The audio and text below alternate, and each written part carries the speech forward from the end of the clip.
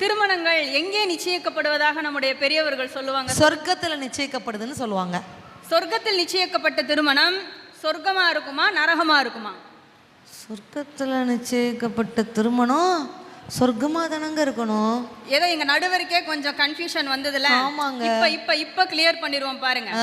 எங்க நடுவருக்கு மல்லிகை பூனா ரொம்ப பிடிக்கும். ஆமாங்க. அப்படியே பூ மார்க்கெட் பக்கம் போனாங்க. 1 கிலோ மல்லிகை பூ வாங்கி கொண்டாந்து வீட்டுல வச்சாங்க. சரி. வீடு நிறைய என்ன மணத்தது நடுவர் அவர்களே? மல்லிகை பூ வாசம். எங்க நடுவருக்கு அதிரசம்னா ரொம்ப பிடிக்கும்.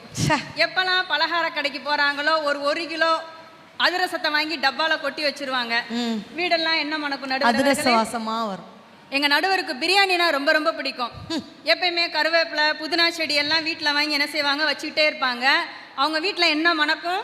பிரியாணி வாசமா மணக்கும். மல்லிகைப்பூ வாங்கி வச்சா அந்த வீட்டில் மல்லிகைப்பூ மணக்குமா? அதிரசம் வாங்கி வச்சா அந்த வீட்டில் அதிரசம் மணக்குமா? ஆமா. பிரியாணி வாங்கி வச்சா பிரியாணி மணக்குமா? சொர்க்கத்துல நிச்சயிக்கப்பட்ட திருமணங்கள் மட்டும் சொர்க்கமாக இருக்குமான்னு எப்படி டவுட் வரப்போச்சு?